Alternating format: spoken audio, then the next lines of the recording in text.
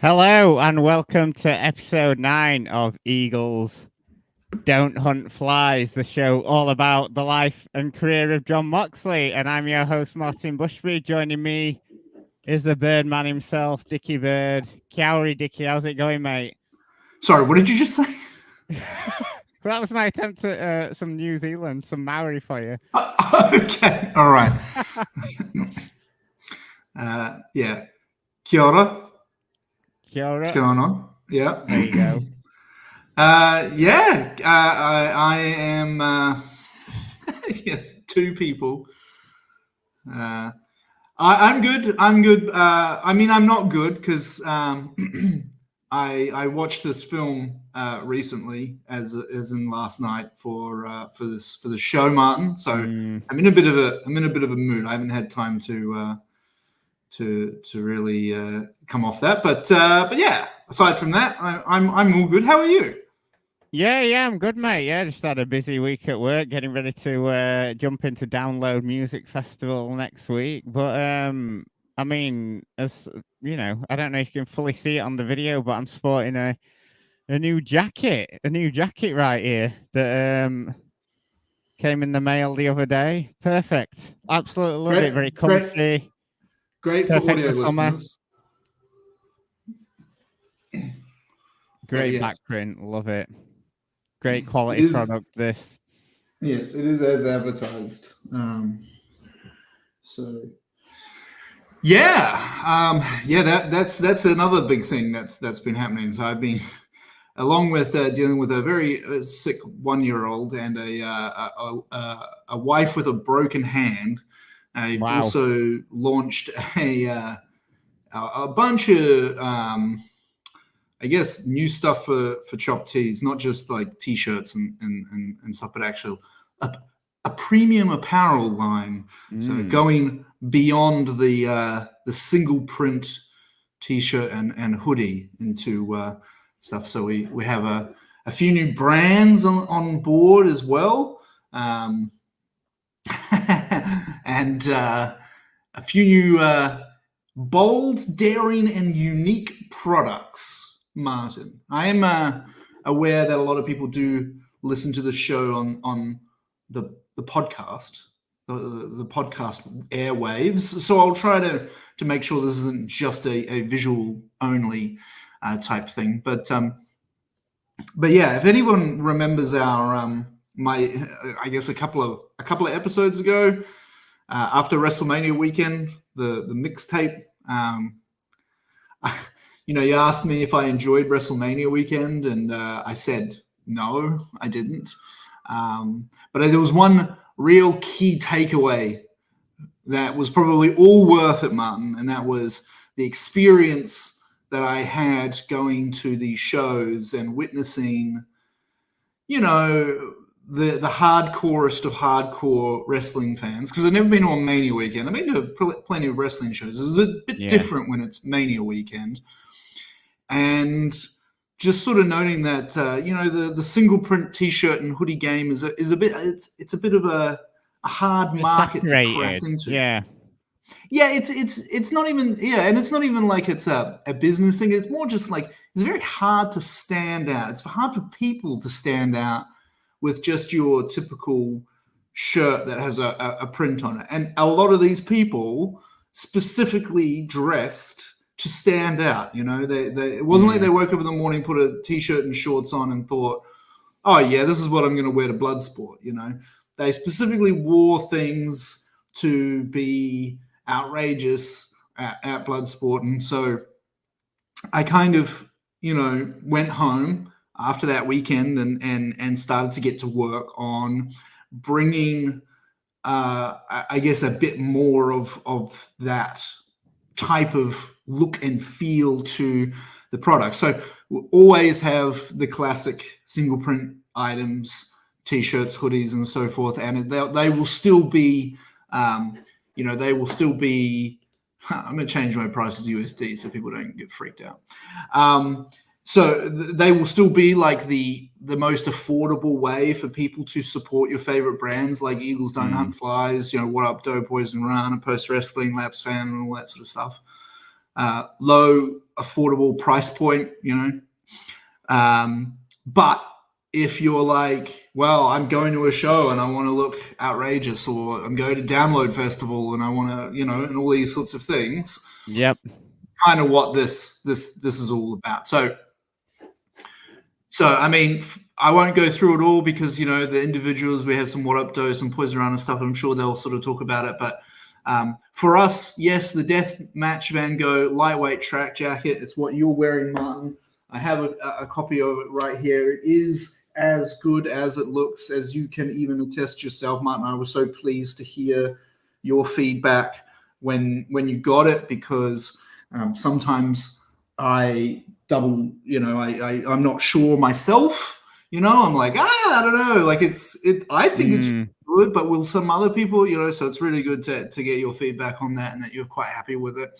It is a lightweight jacket, so it's more of a kind of summer evening kind of thing, right? Like it's winter here in Australia, like proper winter in Australia, which isn't proper winter anywhere, but it's still not, you know, it's too light for this temperature. I would need to wear a hoodie underneath, like this Okada hoodie that we also sell on the site, sort of thing. So yeah, so it's great for this time of year in the Northern Hemisphere. Definitely don't get it if you live, you know, in Antarctica, or, you know, or if you live in New Zealand and you're hoping for a nice warm jacket. This is not it. But come wintertime, don't worry, those things will then exist. And then the other thing as well, from a Eagles Don't Hunt Flies perspective, which is a baby of yours, Martin, which is the Trooper Mox baseball jersey. Hell yeah, amazing. And you know, this is kind of a big thing, Martin, because you've had this in the works for a while, and you sent me the artwork, and you just said to me, like, okay, just put the graphic on the back of a t-shirt, a white t-shirt, and the Eagles Don't Hunt Flies text, red text on the front left of the white t-shirt. And I did it up and I sent it to you, and you were like, yeah, that's fine. And there was nothing wrong with it, but it just felt like it was like missing something. Like it just, you know what I mean? Like, yeah, you could put it up, but I don't know if it's really gonna, I don't know. Like it just, this, and apologies for anyone listening on the airwaves, but you know, do jump into the YouTube video at some point to have a look at this stuff. But you know, this to me looks, I don't know, just so much more slicker, you know, and it's still exactly what you wanted, but just slightly, you know, different in this kind of baseball tee kind of thing. And I do have one of these baseball tees. Now, this is a test product that I made, so it's not actually a real, like a real product you can buy, but it was just to test the garment. So it was this Poison Rana type thing. But the piping, so the black piping that you see on the baseball tee is in fact stitched on, and like around the sleeves, and the rest of it is a high quality print, and it is a high quality print. So that was one of the things I really, really wanted to find out. And the actual fabric as well is very, very similar to you know, your baseball shirts. So you know, moisture wicking is the term they use. So check out all the stuff. There's going to be more stuff coming. My advice to people, like, and I seriously mean it, is either follow us on social media, or even better, there's this 10% off discount that you should see when you pop up if you've not claimed it before, or you're not part of our newsletter system. It'll pop up, and just put your details in, and not only do you get a 10% code, but to me, most importantly, it means that when new stuff comes out, and there's so many, like, you guys haven't seen anything yet. Like, if you think that this was like cool stuff, like the button-down shirts, post-wrestling button-down shirts, there's stuff in the pipeline that I'm kind of a bit hesitant to do anything with, because it's so hot in the Northern Hemisphere. So I'm just waiting for winter to come around. There'll be a lot more stuff. But if you do this, you get a 10% off code, and then we'll be able to email you specifically the things that you like, new stuff coming in, and so forth. And that's really all that I hope for. So there you go. That's my plug. It's not as good as some other plugs that I've heard. The evolution of wrestling merchandise, as John Pollock said. And if you've, we don't necessarily need to plug other people's podcasts, but they're all friends. The latest episode of The Laps Fan, which is over 7 hours long. They did a hell of a plug about 40 minutes into the episode. So that's a bit of a time code there for you. So yeah, that's it. And as always, you can always contact me or DM the Chop Tease account if you have any questions, comments, feedback. Always happy to help. I'm really enjoying doing the stuff. Yeah, it's fantastic. I can't wait to get. I absolutely cannot wait to get the those shirts. I'm loving this jacket already, but the shirts I definitely want one of them for like All In at Wembley, and so yeah, I'm definitely going to be looking to get one of those. Hey Brandon, how's it going, mate? Brandon's here, everyone. He's finally made it into the thing. How are you, mate? How are you this month? He's frozen.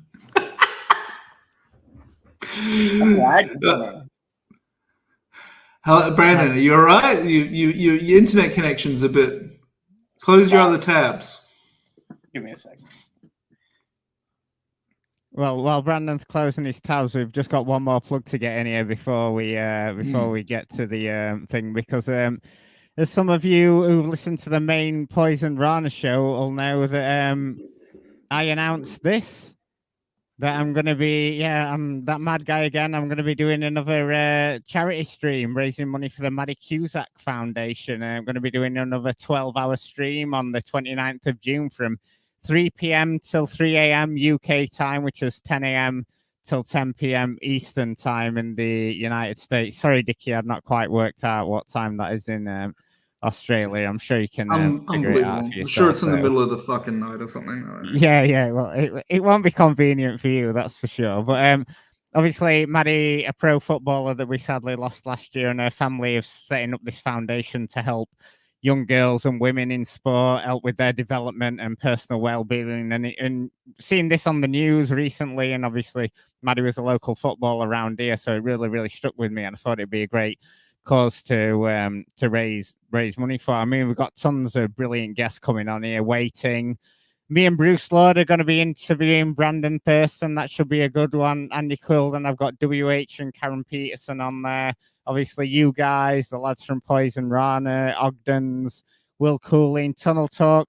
I've got Trish and Sarah coming on doing a 6-month AEW review, NWA podcast, tons and tons of brilliant guests. So it's going to be a good day, 29th of June. The crowdfunder's actually already open. It's on crowdfunder.co.uk/stream4MC8. So, yeah, I know we're in a cost of living crisis and what have you, but give anything you can. It's a brilliant cause. And, yeah, I'll see you all on the 29th of June.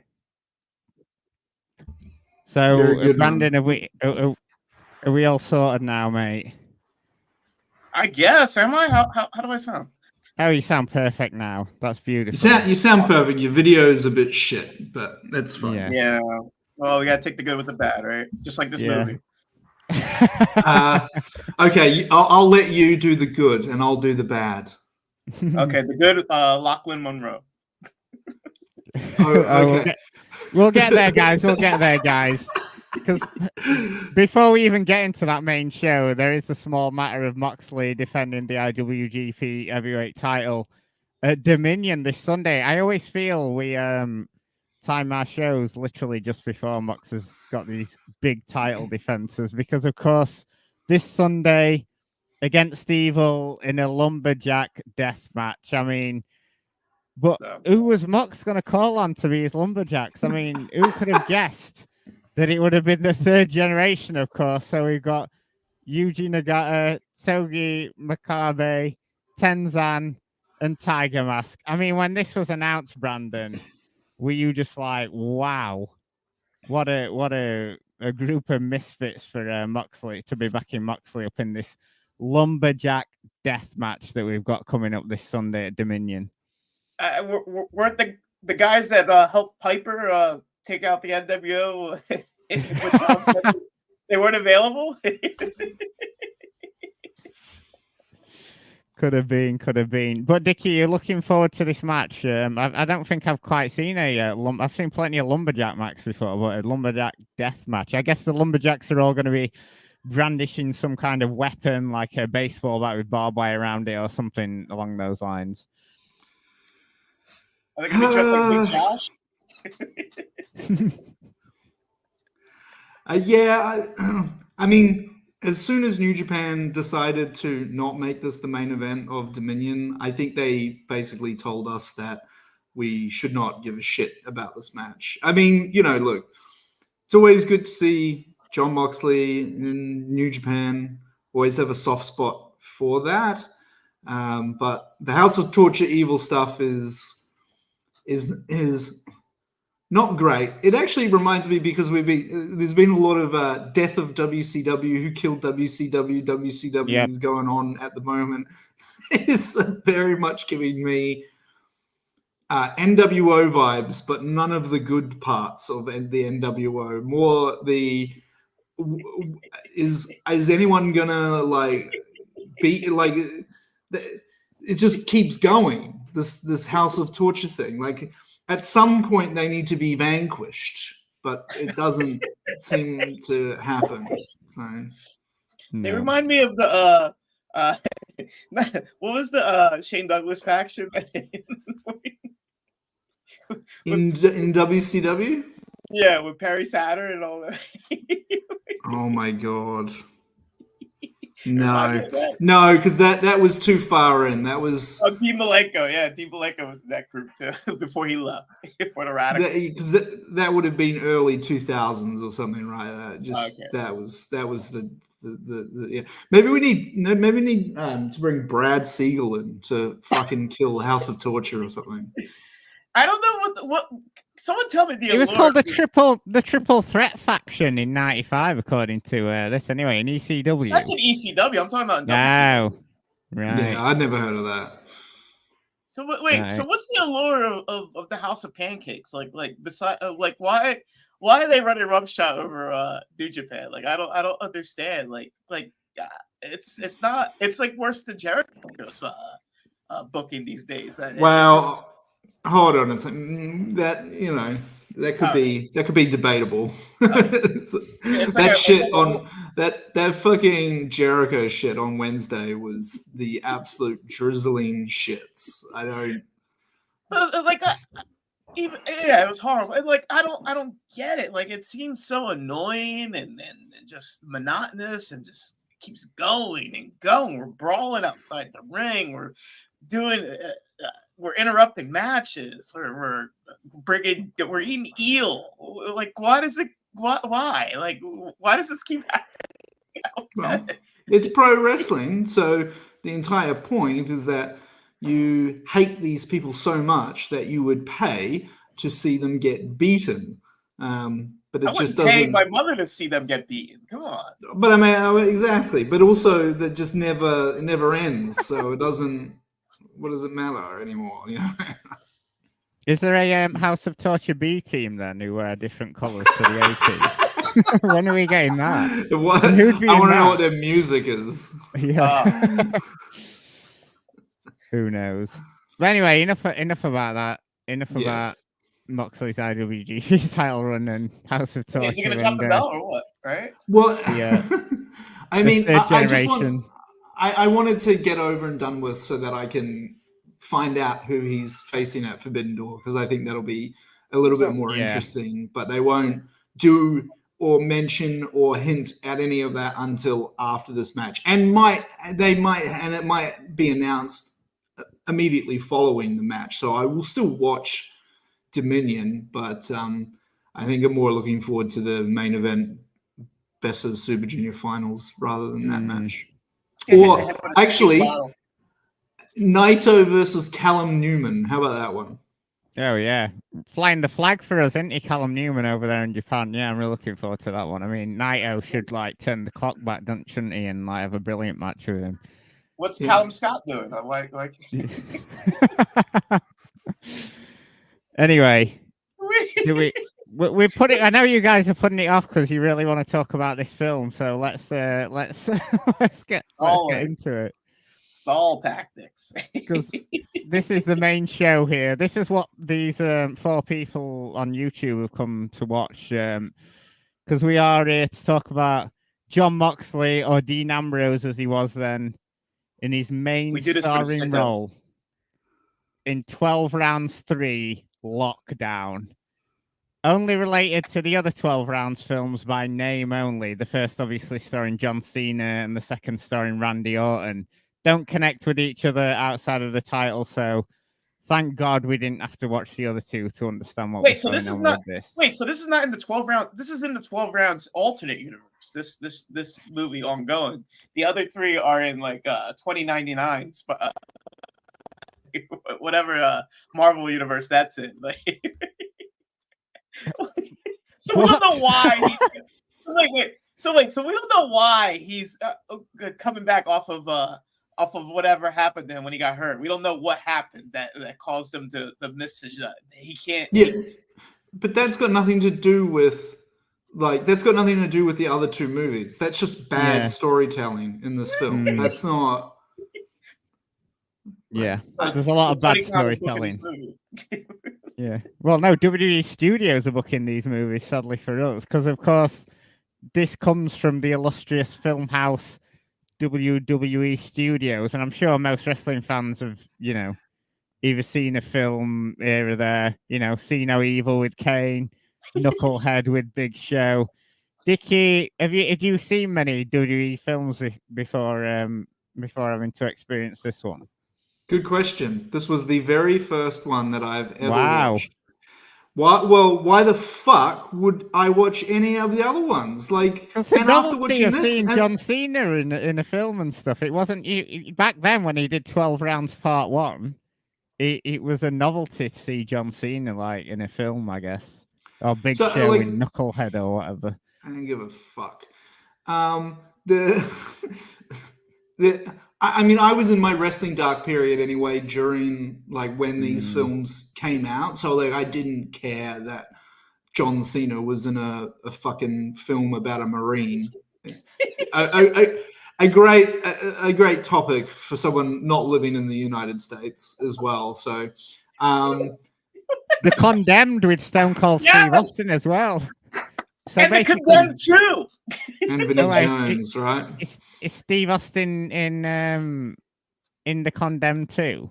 Yes. No, the Randy Orton is. Yeah, exactly.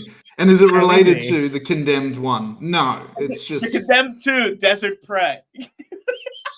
So they get so the first Condemned, they get put on an island, don't they? And then Stone Cold's got to fight his way off. Yeah. It's been done a million times before, hasn't it?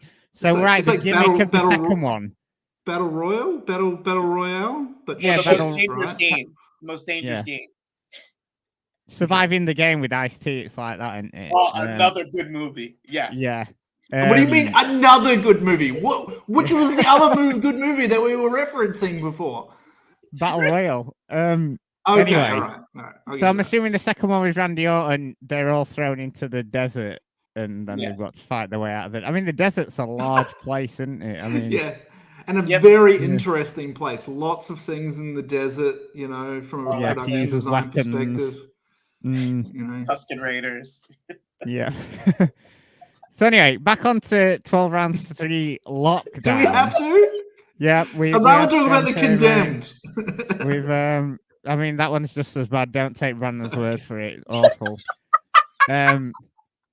So this one came to us in September of 2015 and was part of the Action 6-pack deal WWE Studios had with Lionsgate to distribute these films. So I'm not quite sure. I was kind of looking to what the other 5 films were in the Action 6-pack, but I couldn't quite figure it out. So I don't know if Lionsgate cut bait and were like, yeah, one action film was enough, thank you. But I think they came in like a DVD box set where you could get the 6-pack action films. And believe it or not, it actually had a very limited cinema run, but obviously mainly VOD and straight to DVD, although even by 2015, I think the DVD market had sort of like bottomed out around this time. So unsurprisingly, there's absolutely no info on like the box office or the budget or anything for this film. So, or, you know, how much it made on DVD or VOD sales. And it's not even got an average score on Rotten Tomatoes. So,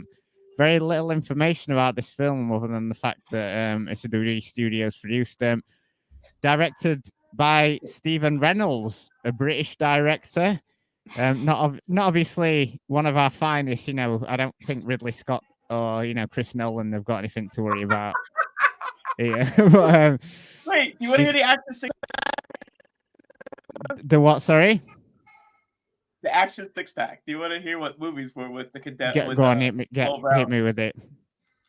12 rounds 3, 12 rounds kick back. Well, one is See No Evil 2. I don't think it was ever made. And Vendetta. Those are the only 2 in the 6-pack. Who's in Vendetta?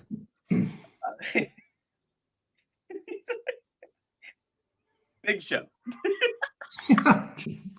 Oh my God, Big Show did more of these films than anybody, didn't he? But the movies never got made. They never got made. It was right. It was just in the creative stages. Right, got you. Okay. That's it. So obviously, directed by Stephen Reynolds, who also directed a film called Vendetta, a different one though, not Big Show. It had Danny Dyer in, who is like a UK Cockney geezer hard man, in the vein of Vinnie Jones. Are you a hard fan? Yeah, the best way I can describe him, I think. Written by Nathan Brooks and Bobby Lee Darby, who I think were sort of like in-house writers for WWE Studios, because they also wrote See No Evil 2. So obviously after making this one, they were like, nah, we don't want any more of those films, thanks. But do you guys want to know what John Moxley was saying about this film when it was released? Or Dean Ambrose, as he was at the time? Because he did quite a number of films. He went by his government WWE name in this movie. He didn't go by Jonathan Good. More like Jonathan Bad. I know he missed out there because he would have got his Screen Actors Guild card as Jonathan Good, wouldn't he? And now it'll be under Dean Ambrose. So yeah, he missed the trick there, I suppose. They want a nom-de-plore name. Nom-de-plore. But he did a few interviews like promoting this film around the time, and he said it took him about 2 seconds to say yes when they offered it him, because obviously how often do you get to star in a film? And he said he'd never been on a film set before, but he said WWE was kind of like showbiz boot camp, as you had to do a bit of everything in wrestling. And Triple H pulled him to one side and warned him about being on set and said, you know, you don't realize, you know, in WWE you'll just do one, maybe 2 takes, whereas you'll be doing take after take after take. And he enjoyed the overall experience. It was the longest period he'd had off wrestling at the time. And he revealed that he got acting lessons from Alan McRae. And do you know what film Alan McRae was in, Dickie? What? Oh my God, yeah. Alan McRae was in. It was 3 Ninjas, whatever. Yeah, great guess. Yeah, he was Alan McRae. So when Moxley sought out an acting coach, he thought, I know the guy to teach me how to act is Alan McRae from 3 Ninjas. You think Triple H gave him advice? It was like, you saw me in The Chaperone, right?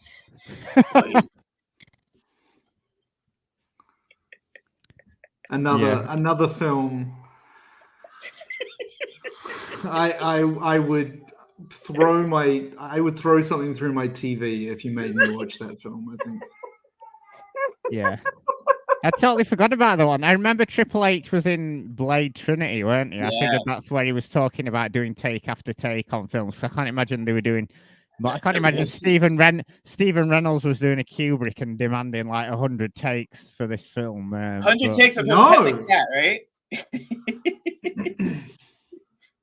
He definitely wasn't doing 100 takes.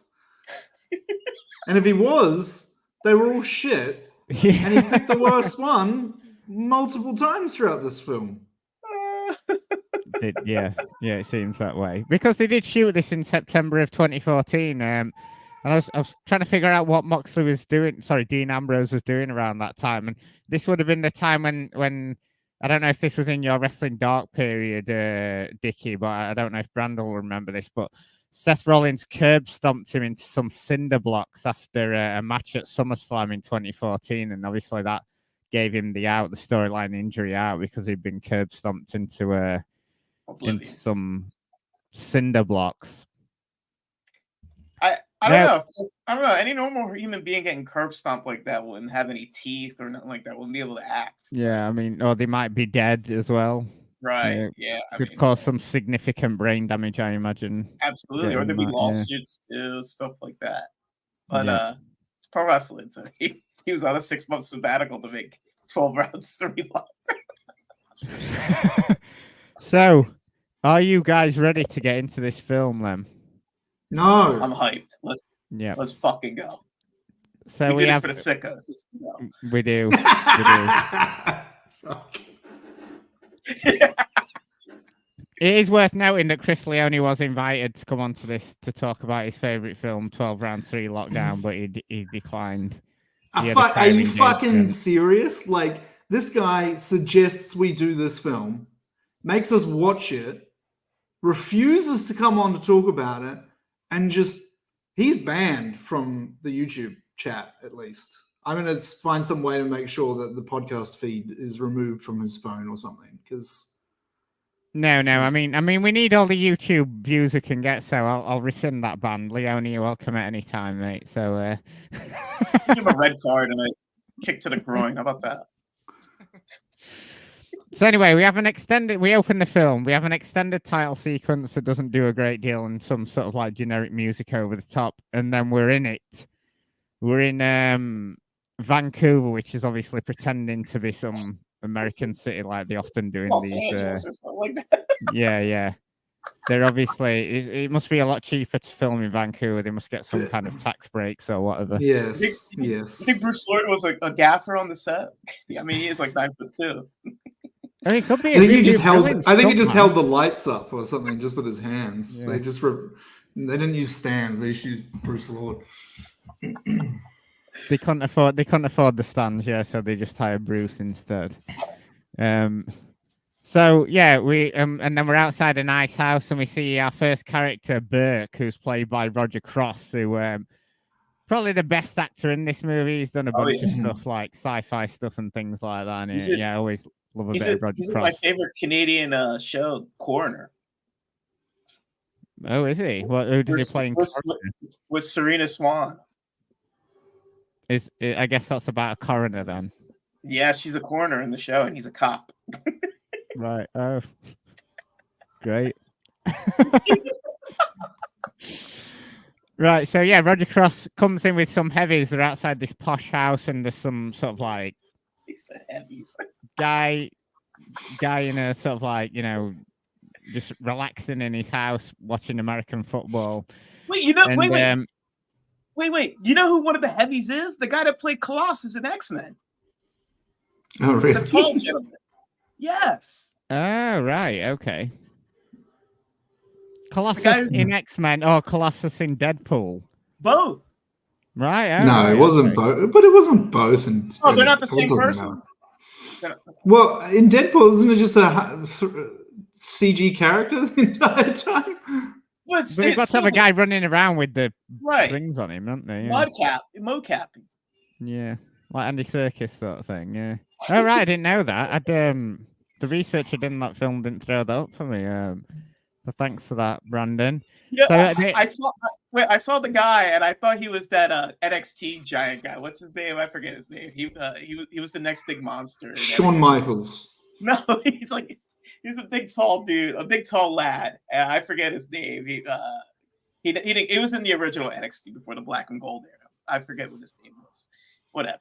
Continue. Colossus. So he disappeared, right? Okay. Right. So they rough this guy up, and he's like, "Oh, what are you doing? And what are you doing?" And Roger Cross points to his police badge and goes, "See this badge?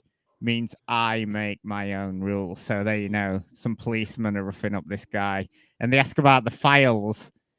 So they end up getting this laptop, and the pictures on it show Burke and his goons doing some kind of drug deal, and one of the goons shoots the laptop. Because, of course, we know that's... There'll be no way to recover the files now. No, shut the laptop. This is the first moment in this film where I died, because, of course, you shoot a laptop to make sure that it is just 100%.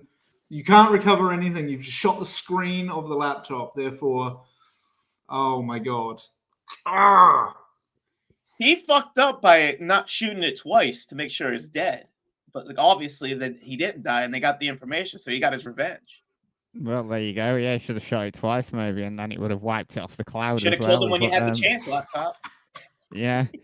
So they ask him if there's any backups of this, and they say there aren't any. But sort of like makes it look like the rich man's tried shooting himself and kills him. You know, dodgy cops, do they come any other way, especially in these sort of movies. But so that's the initial setup. So you're like, wow, we've got these cops in this home, they're bit drug dealers. They've shot this guy's laptop. Were you intrigued by this, Brandon, going into the next scene? Because this is kind of like the setup for the film, isn't it?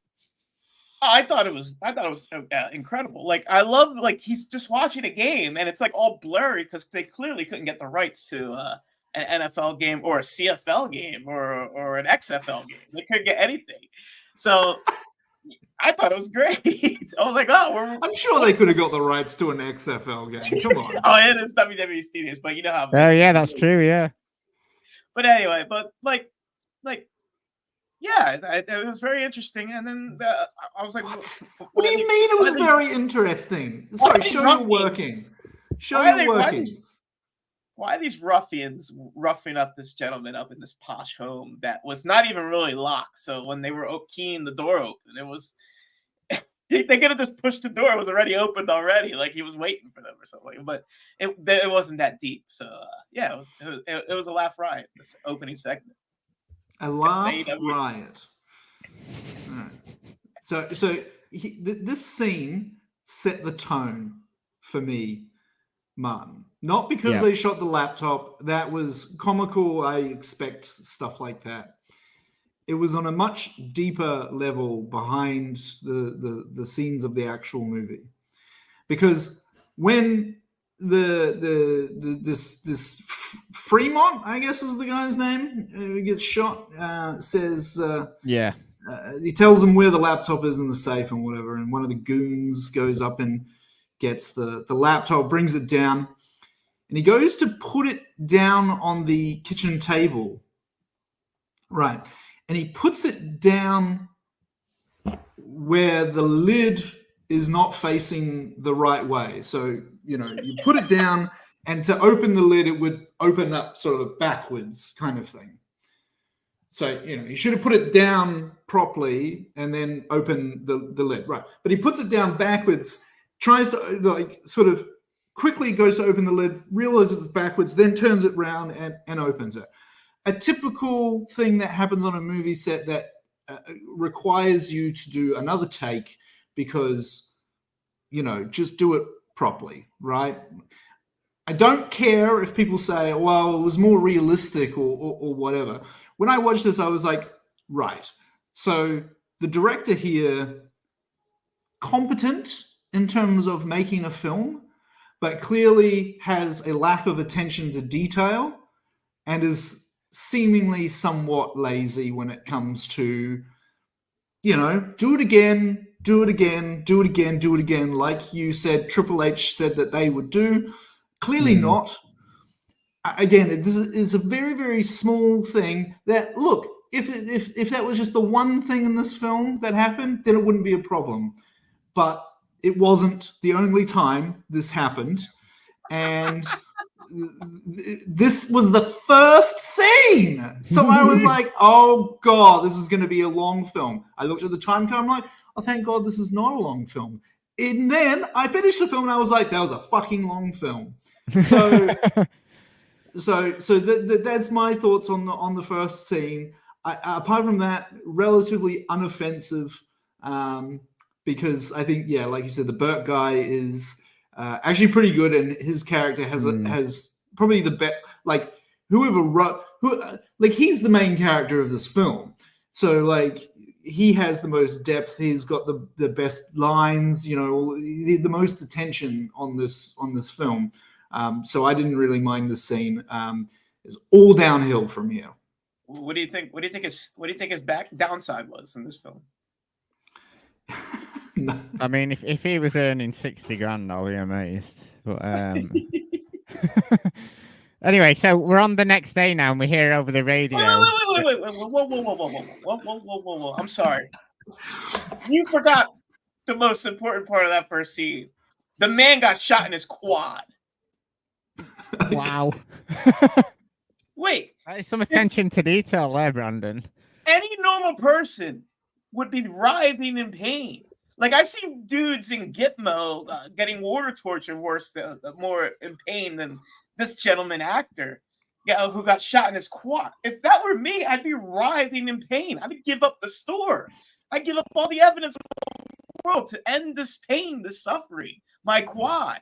I mean, we've seen people torn their quads, like Triple H and Vince, and it was no picnic. And this guy is just selling it like it's a walk in the park. Oh yeah, I'm just gonna lie here in my own blood and not cry or not like that. There you go. So filmmakers out there, if you need sort of like a continuity and person to make your gunshots a bit more realistic than Brandon's your man there, clearly, because he knows exactly what it's like getting shot in the quad. Growing up on the mean streets of New Jersey, I guess, or Philadelphia, or wherever. So we're on to the next day.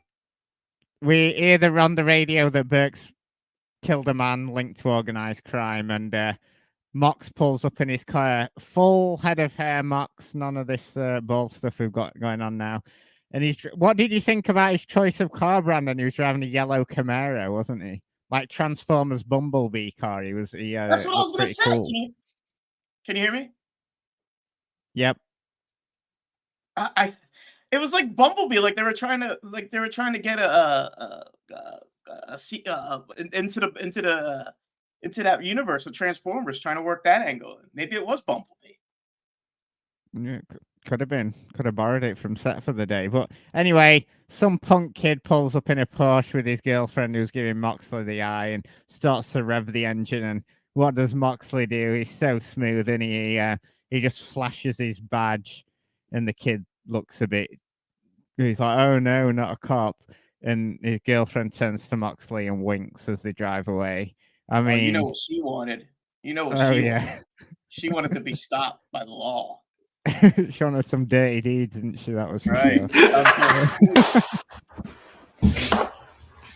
But this is setting up Mox's character. So obviously, they set him up now. He's clearly irresistible to women and college girls by the looks of this. So yeah, college. You gotta definitely card these roughnecks. You never know. Well, no, especially in Vancouver. Yeah. Exactly. So anyway,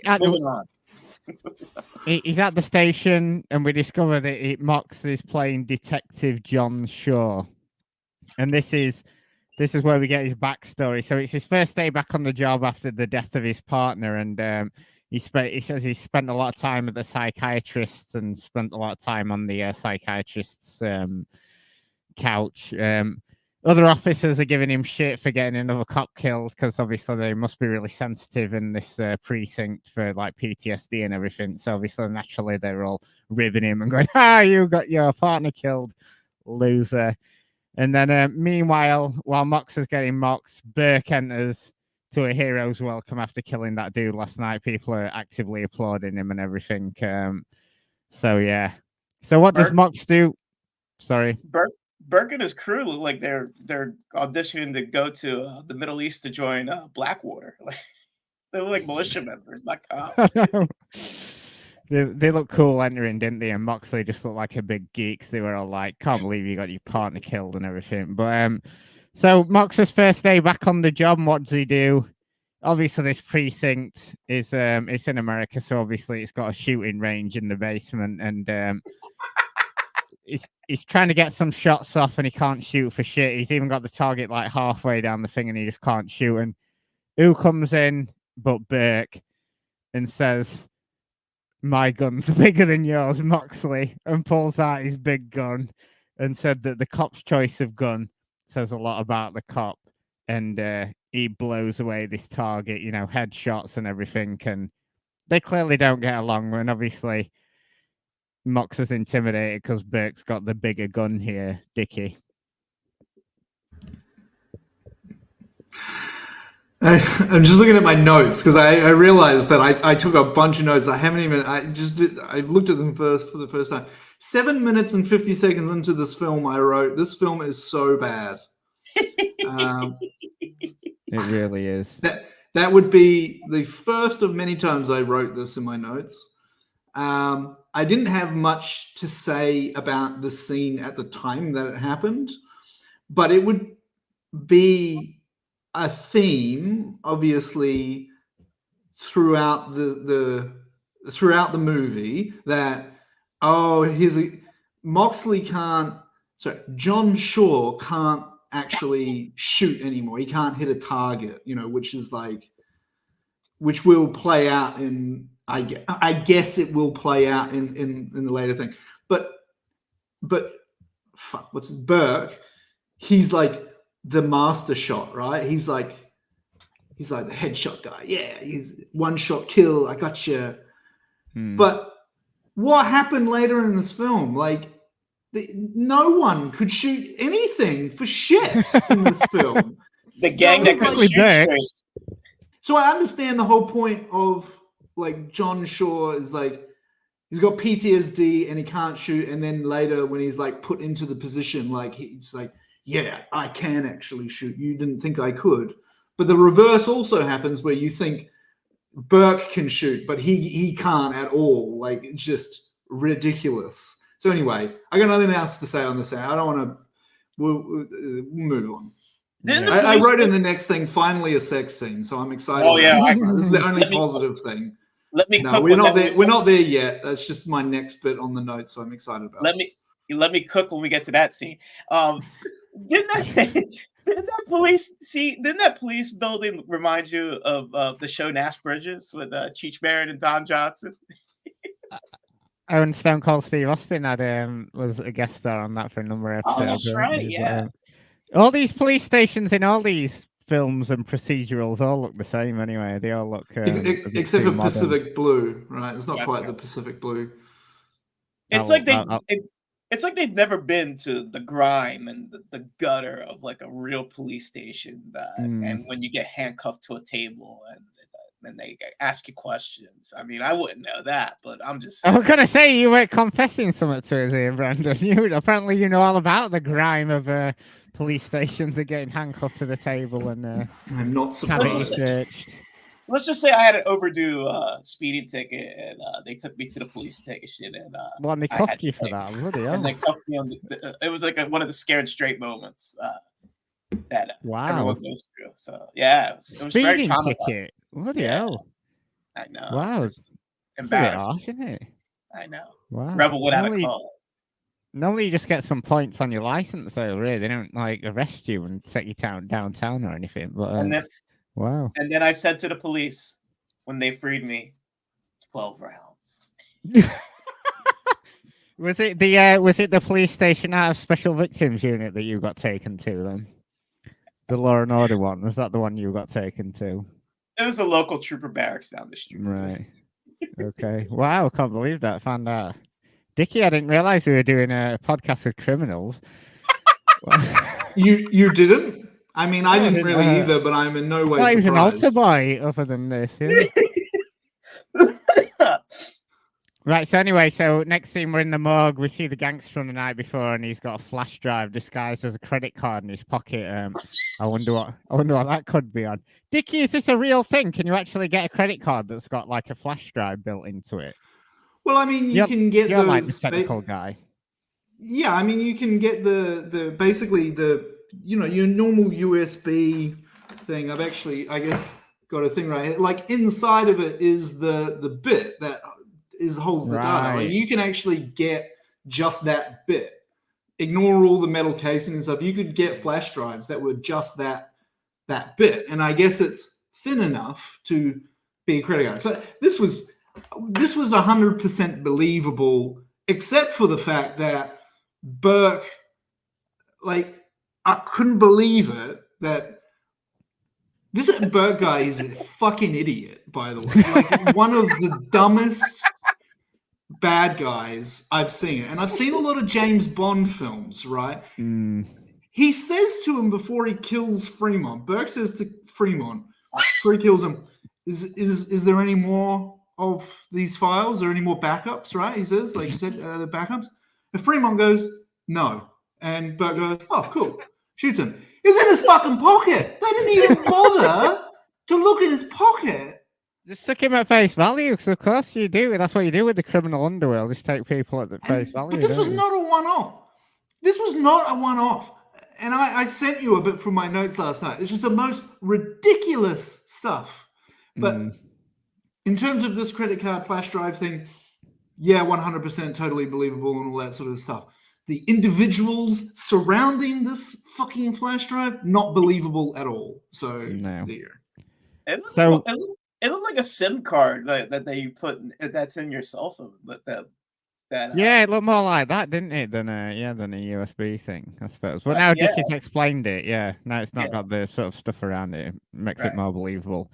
So then Moxley sees this credit card flash drive being logged into evidence, and he looks very suspicious. And then we cue to Burke getting his groove on, the sex scene of the film you're referring to earlier, and the phone's ringing. He's like, "Oh, god damn, I'm trying to get it on, man." And then he eventually trying to bust a nut here. Yeah. Why are you calling me? Double nut. And he found out that some evidence has been signed in just as Mox.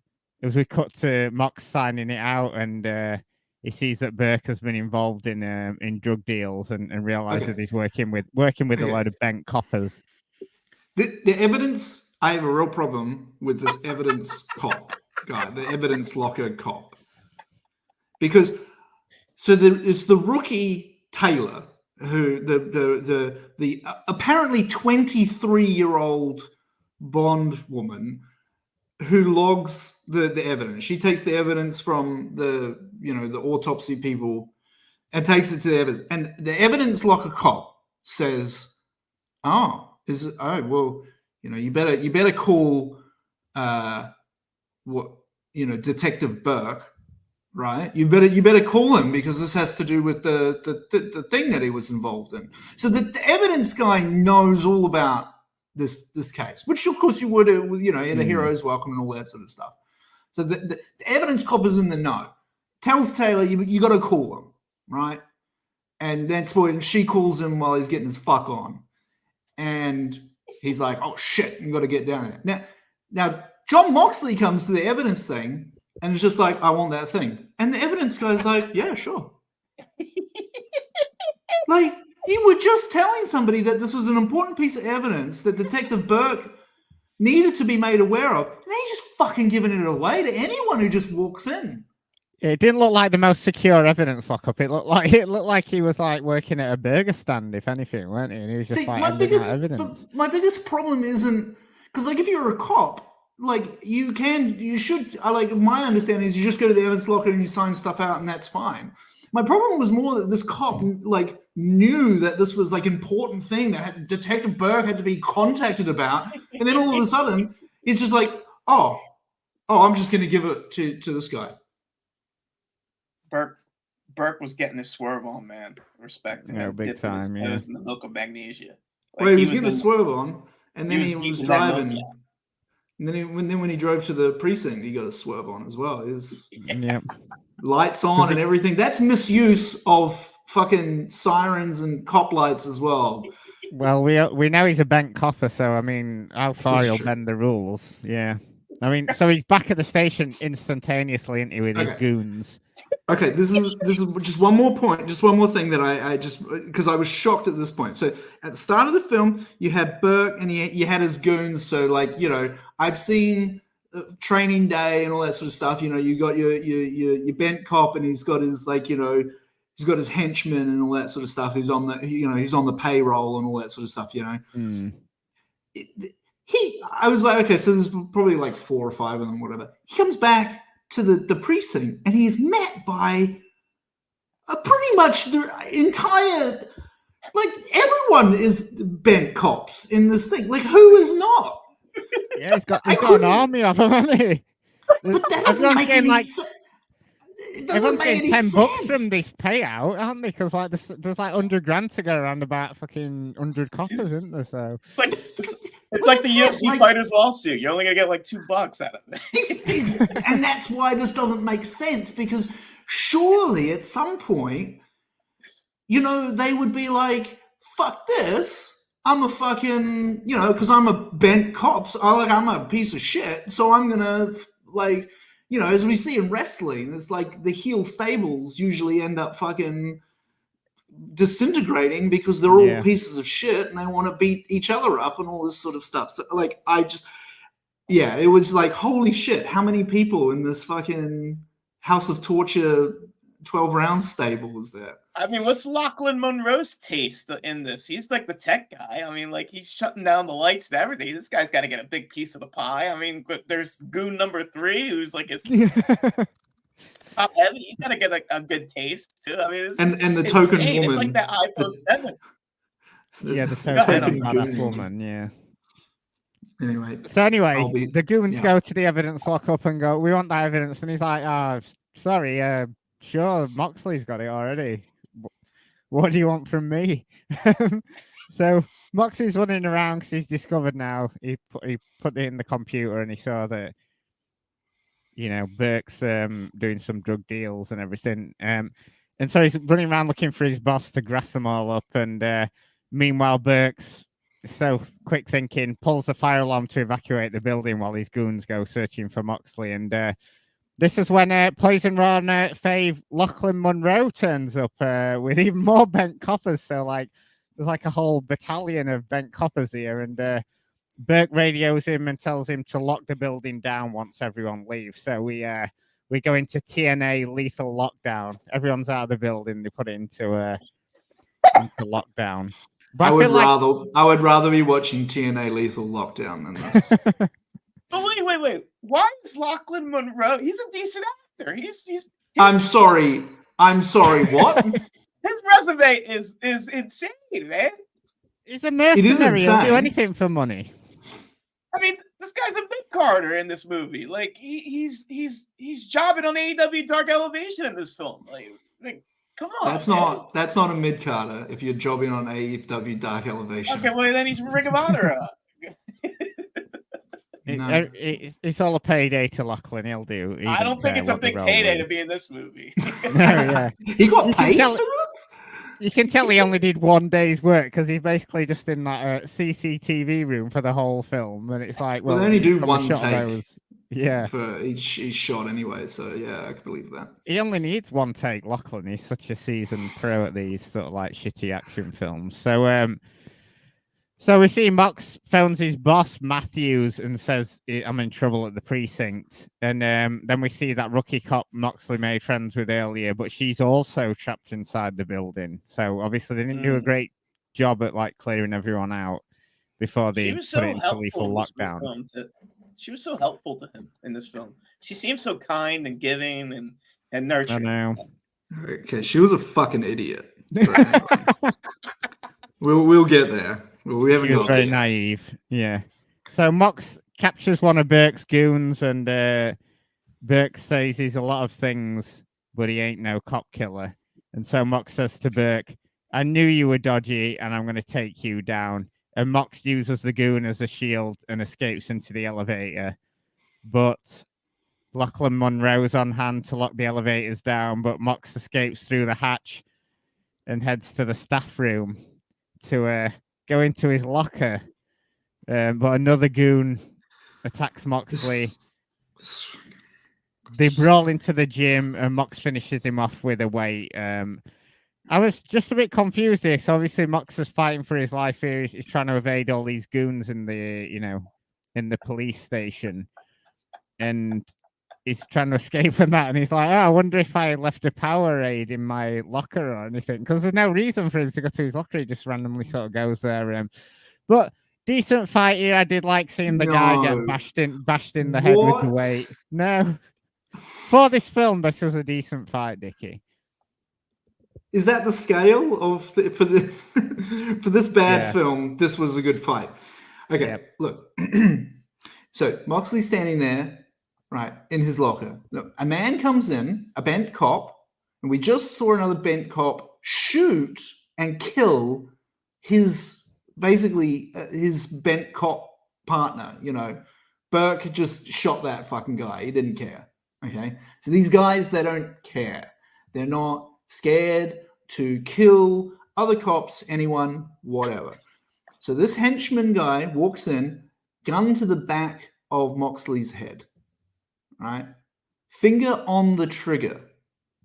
And Moxley then does this move where he basically turns around and disarms him. In slow motion, it seemed like. How did this... how bad are these cops? If this was a normal situation, especially in the US, I'd have felt like that bullet would have been out of that chamber the second Moxley flinched. But he was able to, in slow motion, basically turn around and begin a fight scene with this guy. This began, to me, the litany of terrible cop training that clearly had been going on with all these bent cops and even Moxley as well. But this fight scene, I wrote here, the fucking editing in this fight scene is awful. There's no rhyme or reason the shots that they chose to go in between what happened. Would just cut. You just jumped from point of view to point of view all around the place, which you need to help the user be able to follow with their eyes. So if you're looking somewhere on a screen, on the part of the screen, think about if you have a cinema or a big screen TV, you're not digesting the whole screen just in one view. You're sort of looking at one bit, and then it cuts and they're all the way on somewhere else on the fucking screen. And you're like, Jesus, what's going on? And then at the end of this fight scene, Moxley picks up a weight, okay, and bashes the guy on the head, right? And the guy falls down on the ground, and the camera, they're pointing to follow Moxley, weight, all in one shot, hits the guy in the head with the thing, and then points down at the man lying dead on the ground. Camera does that, points down, and is pointing at the floor. There's no man there. And the camera then goes, oh shit, where is he? And then moves a little bit to be like, oh, there he is. Because the camera guy is also a performer in all of this stuff. They have to get it right as well as the actors have to get it right. And oftentimes you do a lot of takes because the focus puller was slightly off. Something was slightly out of focus. The camera wasn't quite moving exactly the way. I almost think that this must have been the 60th take because of the fight scene. And they were just like, oh, I can't ask these two actors to do it again because my camera guy fucked up. So we're just going to have to go with it and use this take. But I just thought this was the next part of the thing that I mentioned at the start with the laptop. This director who's supposed to review every take to say whether or not we need to go again or something like that, just looked at this one and was like, yeah, it's fine. Whatever. Yeah, that'll do. Whatever. I've been paid already, so just give them whatever piece of shit. I don't want to pay that overtime, man. There's union workers, man. Yeah. I'm sorry, this WWE film had union workers in it? Not in Vancouver, they didn't, no. I think the only union workers were Paul White and his crew. So Mox is out of the gym by now, and it's well kitted out, isn't it? This police station, shooting range, gym. Well, they said it was brand new. I noticed that in a part of the terrible dialogue. There's more staff facilities than there are sort of like office space and stuff, isn't there? So no wonder That they're must able have been to why get it away. was absolutely impossible for anybody on the outside to actually get into the building, because it was just, like, it was zero way for anyone outside to get into the building until they needed to just get into the building. Like, But not anyway, even we'll get there. not even Hagar from Metro City could get into that police station. Like, it's like Fort Knox, the way Burke and his crew locked it down. Lachlan Monroe. I know. Well, it did seem that way because the police were outside for ages, weren't they? So anyway, Mox is in a corridor now, and he sees the rookie sees him, and he goes, "You're locked in here too." And she sees the blood, and he's like, "Why don't you come with me?" Yeah, because something dodgy is going on here. Mox is like, "I ain't got time for this," and then pulls out her weapon, and he's like, "A taser? You've only got a taser? Oh, shit." And he mocks her for that. And she goes, "Oh, yeah, me and my taser." He keeps the taser and tells her to go hide out. So she was going to arrest him, and then she was like, "Oh, he's not so bad after all." No, hold on. Sorry. No. She was going to arrest him. Yeah. And then she said, "Can I come with you?" What? Oh, yeah. You got blood on you. Can I come with you? You look really guilty. This looks really bad. Well, you're the baddie. You're the baddie. And then it's like, can I tag along with you? This looks like fun. So we cut to the outside, and the boss is here. Mox's boss, Detective Matthews. She turns up. She radios Burke. Says, "What the hell's going on in here, Burke?" And Burke says, "Moxley's gone mad and is killing cops." She goes, "All right." That must be okay, I true, believe you. Okay, well, let us And then Mox heads down to the garage. So like the staff room and the gym and everything must be interconnected with the garage if you're figuring out the layout of this building. And 3 goons appear and they tail him, and a gunfight ensues, and he takes one down, but the others start hailing bullets at him. And she looked like Ronda Rousey, this woman. Yeah, I thought she looked more like Gina Carano. She had that Gina Carano look about her. I felt, but sort of like that. Gina Carano in WWE stuff, was she? Well, the only work she can get now is probably in WWE films, anyway. So yeah, it makes sense. With our friend Drake Wirtz, yeah. I wrote in capital letters, "Did Kevin Dunn direct this film?" There's a lot of cutscenes in this film. In reference to the fucking shaking camera and all this crap with all the bullets, like it was like the director was like a fan of the show 24 with the way they were running with the camera and stuff like that in the parking area, the parking garage. And like I said before, but the difference is in 24, they knew how to film in that style and have clever blocking in it and stuff. In this one, they wanted to film in that style and didn't realize. I said he was a fan. He didn't work on the set. Oh, right, yeah. He bought the DVDs. Yeah. So yeah, Mox is in the garage and he starts driving a car around the garage as the others chase him and rain bullets down on this car, and he manages to escape out of the car. But we see he's been hit in the arm, and he escapes, and he notices, pulls out his gun, and he goes, 9 rounds left. 9 rounds left, part 3. Yeah. So I can't remember if that was the gimmick in the one with John Cena and Randy Orton, whether they kept going on about the gun and like, oh, we've only got so many rounds left to kill all these bad guys. But this was this sort of like ongoing gimmick in this one. Moxley kept looking at his gun and going, oh, so many bullets left to get me out of this situation. Not the fact that he was in a police station that had an arsenal of weapons. I was gonna say these cops have like an unlimited armament of bullets and such and vests, and John Moxley has like 9 bullets, 9 rounds. Come on, man. Bit dopey, weren't he, Moxley, in this one? I like the way Moxley got what he sold his wound in the car, like when he got shot, like he was a pro wrestler. and it just kept driving. Yep. I thought you sold it better there, actually, Dickie, than Mark did in the film. The makeup on these. This is the other thing that I don't understand. Who are the people that they hired to do other things on this film? Like the makeup on the bullet wounds, like it just looked like a iron-on tattoo or something. Like you didn't see any depth to the like the bullet holes weren't holes. It was just painted like red and a circle and stuff. And it was like, Moxley's wound like he had staph infection or something like that. He probably did it this time. Allegedly.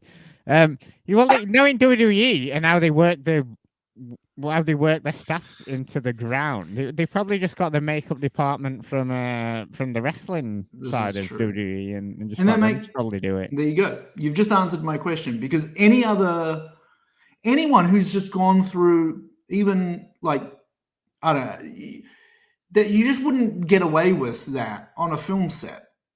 Like you would look at it and you'd be like, that's not good enough. It needs to be better. Like, I mean, but they were just like, whatever.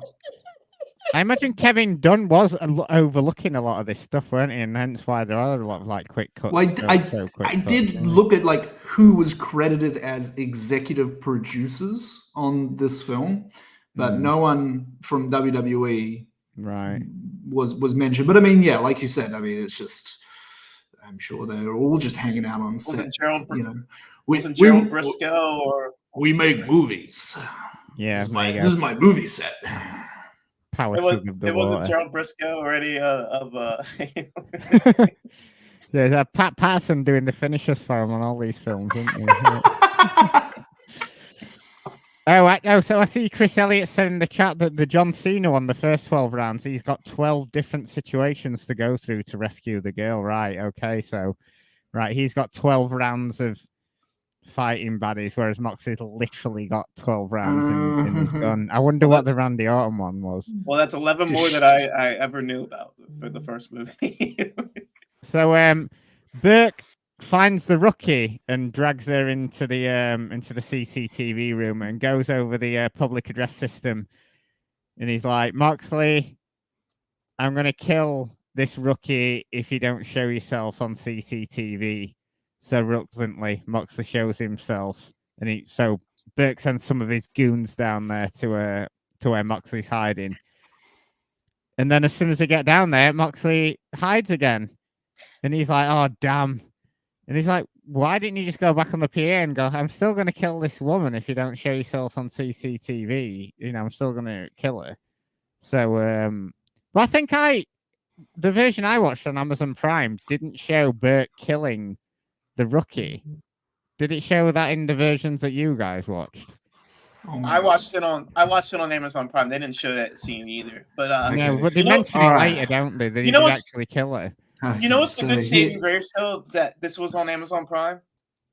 I found a plethora of Chuck Norris movies. I was like, yo, they got Octagon on here. They got freaking Delta Force 2. Let's fucking go.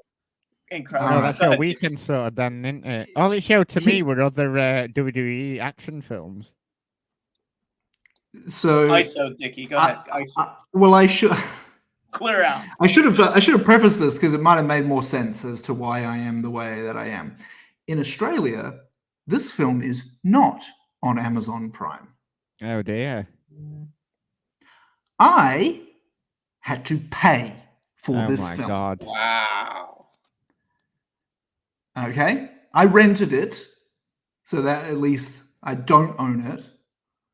But it did show him. I mean, I don't know what you mean by didn't show him killing her. Like, it just showed him pointing the trigger and, like, you didn't see her at all, but you did see him, like, pull the trigger and shoot the gun. Oh, I didn't even get that. It just cut to the next scene, yeah. Perhaps that was too extreme for the UK censors, that they were like, oh, God, I can't see this rookie getting shot. Yeah, I know. In this scene, he says, how old are you? Okay. She says 23. I had to go back because I thought I misheard her. I thought she must have said 33. Like, it's not even a big deal. But when she said I'm 23, it was a close up on her face, and you can see like all of the lines and everything, and the bagginess and all that sort of stuff. She was not 23, and this is not. No, this they is just always like do that in films, don't they? They have like 30-year-olds playing like high school. Yes, but they kids try stuff and like make them look Oh, like yeah. it by using makeup. that. Well, there you go. The terrible makeup. And this is next where the film really kicks into another gear. I feel. Wait, Martin. Like they didn't show in England the British version. They didn't show the trigger being pulled, but they also tortured you guys with UK Rampage. But yeah, criminal. I mean, yeah, disgrace, and an absolute fucking disgrace. But Burke and his team go up and tool up in SWAT gear. I mean, they get loaded to the max. They've got like M16s, and like they've got all the Kevlar on and everything. And Burke turns around and goes, "It doesn't end until Moxley's dead." Obviously, he says, "Sure." He didn't say Moxley. Where did they get all these weapons from? They break into the UN or something like that? The Pentagon? Yeah, it's a police station. What do you mean where they get the weapons from? These guys are what? They've got military grade hardware in police stations. One of the henchmen has a tactical shotgun. One of the guys has a tactical shotgun that has the range of 2 feet. They're not the most accurate. That's why they keep missing. He has a tactical shotgun. But yeah, continue. It was just ridiculous. They're all suited up and booted up, the vest, everything, like they're going to the jungle to get the predator. Moxley. Okay. Oh, that's what this film was missing. What would have made this film better if one of them had like a chain gun, like a minigun sort of thing? That's what that would have been. See, we should have been making this film. So it cuts back to Lockie Monroe, and he's like, Moxley's hiding out in the crime lab.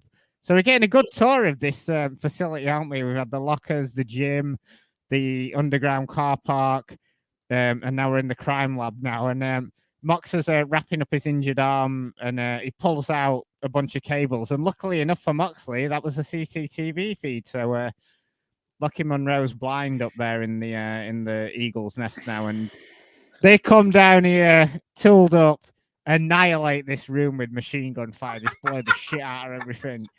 Mox luckily manages to use one of the bullets out of his gun and manages to kill one of them, and then uses the rookie's taser on the dead guy that he's just killed that causes a nearby experiment to light on fire and explode. Like this fucking massive explosion. You'd think he'd thrown like 10 grenades in there from this little test tube experiment that somebody's doing.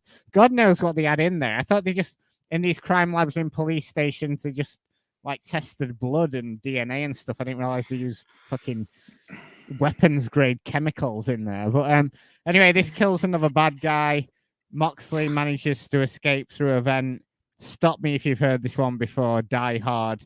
And they like shoot through the vent, but it's all a trick because Moxley hadn't gone through the vent. He runs out of the room as they're all distracted, thinking, "Oh, he's in this climbing through this vent." We've all seen Die Hard. He's obviously in this vent. And but anyway, Dickie. Okay. Massive explosion from a little test tube. Okay. First of all, this crime lab, looked like my high school chemistry classroom. All right. What was crime lab about? Some tables and some like beakers and test tubes with stuff, right? Now, obviously, they had like Moxley obviously knew that the stuff could be dangerous if you shot a bullet into it because it would explode. No one else seemed to fucking know this because they were just hailing bullets everywhere. Nowhere that they actually needed to, which was into John Moxley. The bullets were going. Bad cop training again. That Moxley's just hiding behind this like desk or whatever. No bullets can get through. He's just there, and they just unload every single bullet that they have in their gun. It was like surely you stop shooting. And you wait for him to do something like come out from behind cover to then try and shoot. They just kept shooting until their guns were out of bullets. Okay, then so he kills this guy with one shot. Okay, which is kind of like now we're starting to get into the whole, he's actually not a bad shot. He can actually shoot, even though earlier in the film, blah blah blah blah blah. No one else can shoot. They're all shit at it, but he can shoot. Shoots the guy in the head and he falls over. This guy. It's not even a big deal, but he falls over and his finger still remains very much firmly on the trigger of this gun. So that when he gets tased, it is enough force for him to pull this dead guy to pull the trigger. And this was one of the things that I actually didn't have a big problem with because it was pretty unrealistic, but at least it was so ridiculous that you were just like, whatever. It's the other stuff where they tried very, very hard to make you think that this was a realistic situation that fucking pissed me off. It was like they were raining that building like it was a freaking Fallujah. Like it's just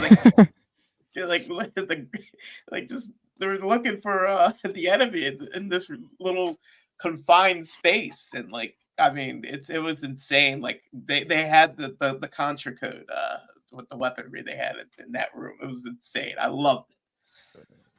So outside we see Police Chief Kepler turn up. Bill Dow, what an actor. Best part of this film. If fans of Stargate will know this guy. Great actor.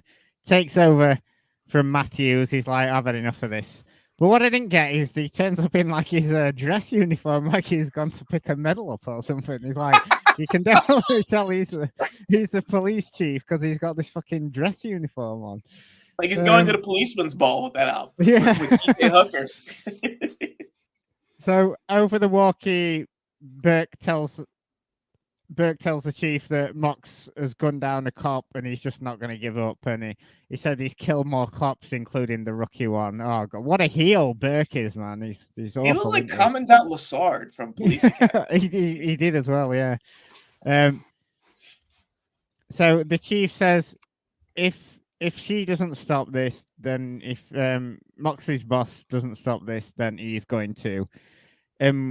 We learn from the goons that they're having a bit of a chat here that Moxley and Burke used to be tight in the academy, but they drifted apart from each other. And a bit of background for both these characters there. Exposition, like, just fucking just have a scene where explain something. Okay, cool. Mox disables the CCTV in the server room and then reactivates the wireless in order to upload the evidence against Burke for internal affairs.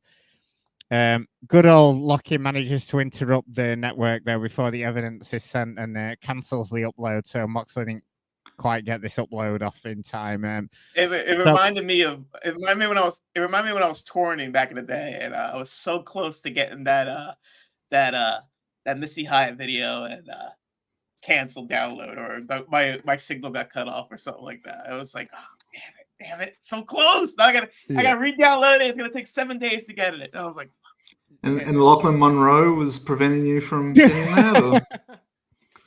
He was actually Ma Bell back in the day. He prevented me from getting porn back in the day. Yeah, he wanted to make a phone call in Brandon's house, so he had to fucking turn the internet on and use the phone. That old school dial-up, yeah. So Mox heads to the roof naturally, and manages to get a signal. So you can get out. Yeah, well, I mean, it's a tall building, Dickie. I mean, you can't. No.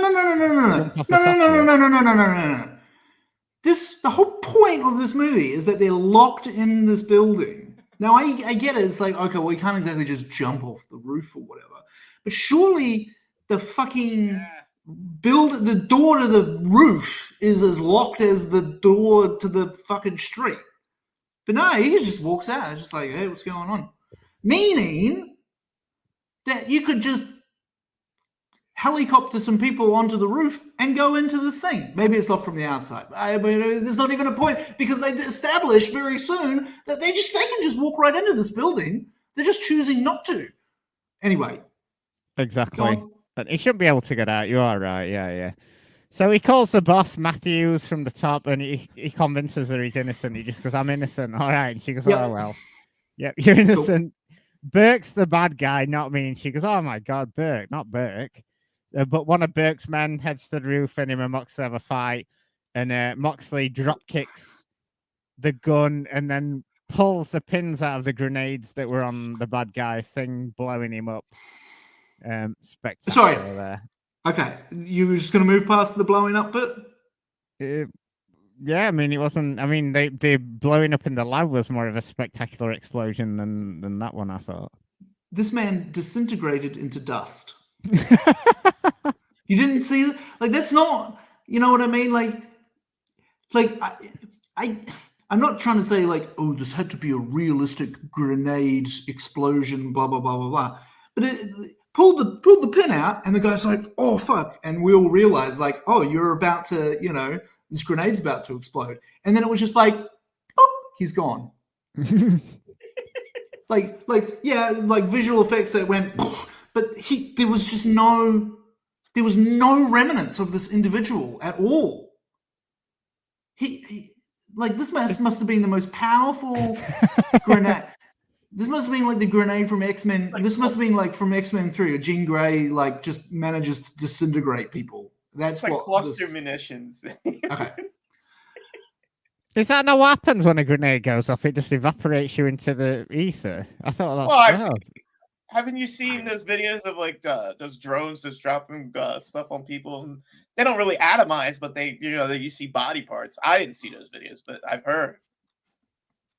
Right. Okay. I just thought this I don't film. know. I've never been blown up by a grenade before, so I couldn't tell you. Well, I thought this film was like photo real, so I thought it was. That's exactly what happened when you got blown up with a grenade. I have to just, because this is the point in which I completely and utterly, believe it or not, this is the point in which I lost it with this film. Okay, wow. because you know, the whole lockdown thing, like for Die Hard, right? That was sort of a similar type of thing, right? Or any other movie where there's like a hostage situation or whatever. You know, the cops are, you know, the police force is like on the outside, you know, because they can't get in, either because, you know, it's a civilian building that's like in lockdown. Sorry, I guess in this case of like Die Hard or something, they've locked the building down so that civilians can't come in or out. You know, this is kind of a typical type of thing. In the situation of a hostage situation, then it's more like, well, we don't want to aggravate the active shooter and all this sort of stuff. In what universe did it make sense that the entire police force that was outside of this building didn't just go in? Moxley was not holding anyone hostage. They were chasing him down. He was like an active shooter, and they were trying to find him in this building. Like 5 bad cops looking for this one good cop, and then a whole bunch of cops on the outside. The only situation that I could find, the reason that all those cops on the outside didn't just also go in to try and get this Moxley guy, was because the building was locked down. And the name of the movie is 12 Rounds Part 3, Lockdown. So, yep. And they said, oh, it's a brand new building. And we've seen people tried to get out. The rookie, she tried to leave with her card. Oh, she couldn't get out. So everyone, they must have just not been able to get in until this police chief turns up, and he's like, if, you know, says to Captain Matthews, if you don't take care of this, I will. And it turns out all they need to do is just cut the power and send SWAT team in. Yep. Well, that was it. Why are they letting what if this Mark just? Was the SWAT team? Why is this police force just sitting there, letting this happen in their police building? This is not a civilian building that they're locking down to keep people safe. It's a police building. It's their building. They could just go in and just fuck everything up if they want to. It doesn't matter. Maybe it was an inside job. Maybe the whole town was in on the whole case. As we would find out, it fucking seemed like it was an inside job, and everyone was fucking in on it. But anyway. Burke's got to pay off. Burke's got a bigger payroll than Tony Khan at AEW. So Moxley heads back into the building, checks his gun, and he says, 8 rounds, 6 bad guys. What are the odds? He attaches... It's like Dick Clark's Rocket Eve with this countdown with the bullet. No. He attaches some electric wires to the door as a bent copper goes to open the door, who's electrocuted and killed. They must have some really powerful electricity in this building, because, I mean, this guy literally gets frazzled to death just touching this door that Moxley's attached some wire to. I mean, I'd love to see that on an episode of Mythbusters. I'm surprised he didn't disintegrate, Martin. Yeah. So Mox catches up with Burke and he cuffs him to himself, and they get in the elevator. But Burke's got his own key, manages to unlock the cuffs, and after a struggle, Moxley's forced to escape, but not before being shot in the hip. Then the outside SWAT team arrive on the scene to prepare for the raid, because they've finally taken your advice, Dickie, and they're gonna raid this cop shop here. And yeah, I've lost my train of thought now. Yeah, they've arrived. Okay. We can just end the film there. Shaw then goes to the office again to bandage his hip. Burke and 2 of the henchmen catch up with Moxley, who succeeds in escaping again. I mean, say Burke's like this fucking wonder cop. You know, he's Moxley like quite good at escaping him all this time, isn't he? This is the problem. He's like so great and also so terrible at the same time. He has his hands behind his back, handcuffed. Moxley handcuffed him. They're in the elevator. And he says to Moxley, "What did I always tell you when we were partners? Never handcuff somebody behind their back because you can't see their hands." And as he's doing that, he's unlocking his own handcuffs. He is telling him what he is doing. And Moxley just stands there. What do you mean? What do you mean? And it's like, and I was expecting, like, the NWA guys said this perfectly with like the swerve thing and the gates of agony turning on him. Like, he should have like realized but it was too late. But you should have realized that moment where you're like, oh shit, he realized. Not once did Moxley realize what he was saying to him about the hands behind the back thing. And then he unhandcuffs himself and just punches him in the face. Well, he deserved it, didn't he? For like you say, he did deserve it. But again, if you're Burke, why the fuck are you saying this shit? Burke reminded me of Bill Duke in Predator. I mean, in Commando. I eat green berets for breakfast. Oh yeah, he had that vibe about him, didn't he? But so just before he escapes, Moxley's like shooting at this goon, and the goon goes, "Why don't you shoot me where there isn't Kevlar?" So Mox blows his head off, and he goes, "Oh, I'll shoot you in the fucking head then." And I was like, yes. That was the only bit in this film where I did go, yes. Well done, Moxley. So outside, Police Chief Kepler radios Burke that the SWAT team will enter once they cut the power. And I don't know if anybody else had noticed in this film that there didn't seem to have been many lights on in the first place, but obviously it was bright enough for everyone to be running around. But Lucky Monroe and Burke managed to ambush and capture Moxley, and then they bring him to like a meeting room sort of area. Not quite an interrogation room, it's more of a meeting room. And then Burke succeeds in getting the flash drive from Moxley and promptly destroys it. And you're like, oh no, how's it Moxley going to get out of this now? And just as Burke is about to shoot Moxley, he asks any last words, and Mox says that asshole is 1 word or 2. I don't want to spell it wrong on your Christmas card. What a zinger. What a zinger that was, Mox. Yeah. Bars. Okay. I'm so sorry. I know I'm hijacking this, but you just totally missed over. You totally just blew over one of the most ridiculous things I have ever seen in any film ever, Martin. Burke and his other henchmen, this is after the woman gets killed, right? We missed that scene, right? Whatever. No, we've not got to that yet. We haven't gotten to that yet. The gas mask scene. Not yet. No. Well, I've got in my notes. I've written this here before the whole hand over the hard drive thing and destroys the thing. You still didn't get to the part where Moxley has the police shield, the riot shield, and he's fighting off. No, not that bit. Yeah. Okay, they have a scene with the gas masks because they're going to throw tear gas into this room with Moxley. Okay, that was before he left for AEW. Yeah, they put the gas mask on and throw the tear gas, right?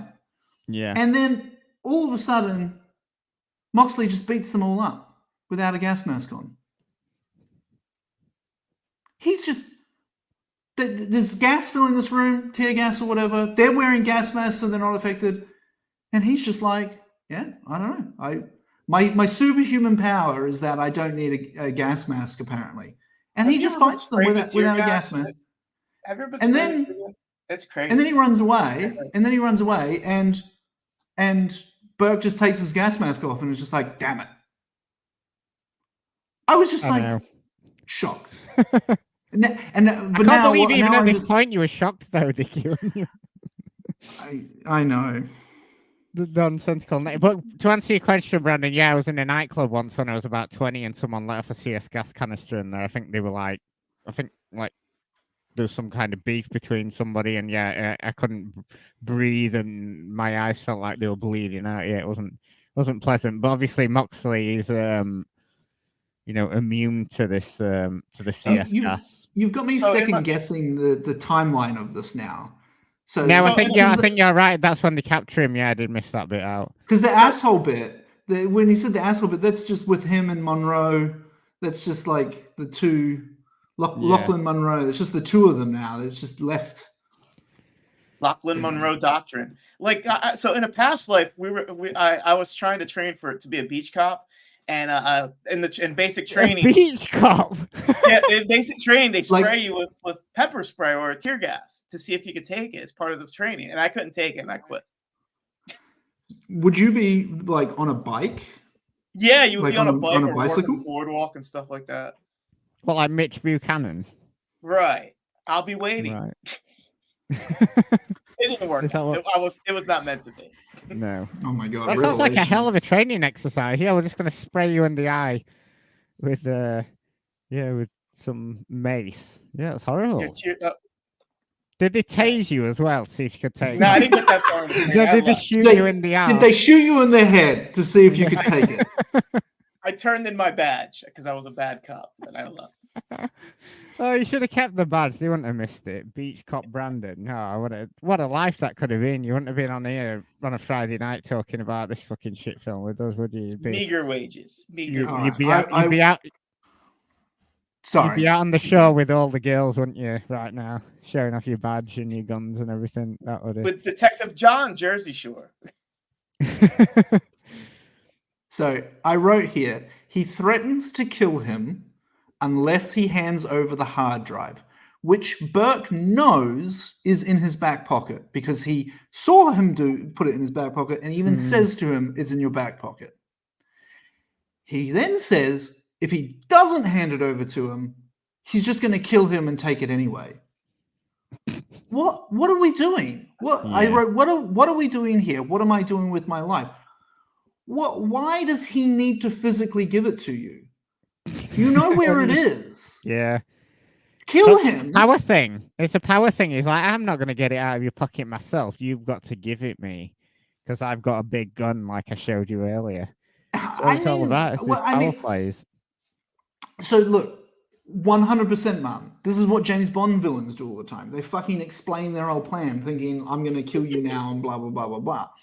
But here's the deal. It didn't make logical sense to me to he's threatening to kill him if he doesn't hand it over when it's like, well, yeah, anyway, It's not like it was this, because like with Fremont at the start, it was like, where are the files? And he would need the combination to get into the safe to get the files. So it made a lot of sense to threaten to kill him because you needed this information. There was nothing that he needed from him. It was just so stupid. It was like the rest of this film. So after he says that line about the Christmas card, the power's cut, and Mox manages to use a distraction to escape, killing another goon in the process. After a brief encounter with the SWAT team, Mox calls his boss Matthews, and he goes, "Oh, meet me at the back of the building now. You need to meet me." And after meeting up, this is when the swerve comes. It turns out the boss. This is a fucking Vince Russo swerve. Yep. Oh. They had to have a swerve like this. They had to have Matthews, Mox's boss, turn heel and reveal her alliance with Burke. And Burke's like, "What alliance?" Blows her away before the SWAT team bursts inside. Mox is about to be arrested, but he had a recording of Burke's earlier monologue in which Burke incriminated himself. So there you go, Dickie. All this when he was telling Mox what he was about to do and all this, it backfired on him because Mox apparently had a recording device on him. Burke then attempts to shoot Mox, but Mox fires his last round to Burke's leg. Shaw then cuffs Burke and says, "Look like I kicked your ass in the first, then. After all." Roll credits as Mox walks out of the building. 12 rounds, part 3, lockdown. The end. In conclusion, Dickie. Yes. Were you a fan of that film then? I couldn't quite gauge from this whole podcast that we've had whether you were a fan of the film or not.